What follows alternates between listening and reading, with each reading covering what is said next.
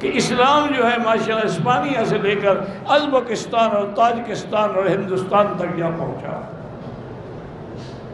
لیکن جب سے آپ خلیفہ بنے ہیں حضور پاک کے، ایک بستی بھی فتح نہیں ہوئی۔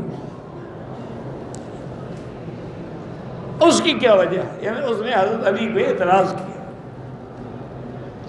تو حضرت علی نے فرمایا کہ ہاں اس کی وجہ ہے کہ جب ابو بکر عمر عثمان خلیفہ تھے تو علی وزیر تھا، اور جب میں خلیفہ بنا تو تم وزیر بن گئے، تو فتوحات کہاں سے ہوں گی؟ میں کہا میں نے ان کے دور میں وزیر تھا ان کا، اب میرے دور میں وزیر بن گئے ہو تم، اور تمہارا کام ہے مسلمانوں کو لڑانا، تو فتوح ہم اپنی جنگوں سے فارغ ہوں گے تو فتوحات کریں گے نا۔ تو اس لیے ایسے اعتراضات خوارج کرتے ہیں، بلا وجہ ان باتوں میں نہ پڑا کریں۔ ایک موٹی بات یاد رکھا کریں کہ جب اللہ نے قرآن میں یہ فیصلہ کر دیا ہے کہ تمام صحابہ سے میں راضی ہوں، رضی اللہ عنہم، اچھا صرف یہ نہیں، اتنا حالانکہ اتنا کافی تھا کہ اللہ راضی ہے، نہیں وہ بھی مجھ سے راضی ہے، رضی اللہ عنہم ورضوا عنہ، صرف میں راضی نہیں، میں تو راضی ہوں، وہ بھی مجھ سے راضی ہیں۔ حضرت ابو بکر حضور کے ساتھ بیٹھے تھے، اور اس وقت یہ عالم تھا کہ آپ نے ایک بوری کا قمیض بنایا ہوا تھا اور ٹانکے لگائے ہوئے تھے کھجور کے کانٹوں سے۔ حضرت جبریل اترے، انہوں نے آ کے صلاۃ و سلام پڑھے، اور اس کے بعد کہا کہ سیدنا ابو بکر کو اللہ فرماتے ہیں کہ میری طرف سے سلام کہہ دیں۔ حضرت ابو بکر کو جب حضور نے فرمایا تو انہوں نے کہا ان اللہ سمانی من فوق العرش، اللہ نے عرش سے میرا نام بھی لیا، فرمایا ان اللہ سماکا، تیرا نام لے کے سلام بھیجیے۔ حضرت جبریل نے کہا حضور صرف سلام نہیں بھیجیے،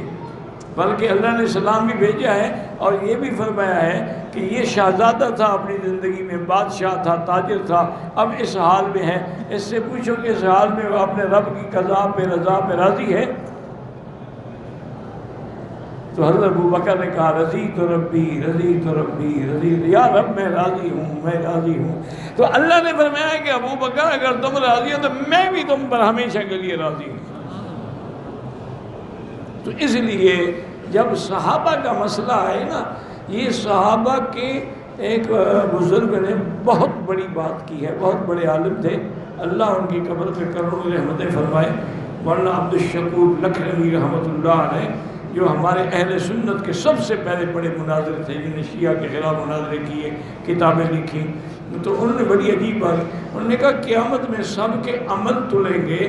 لیکن صحابہ کی نسبت تلے گی۔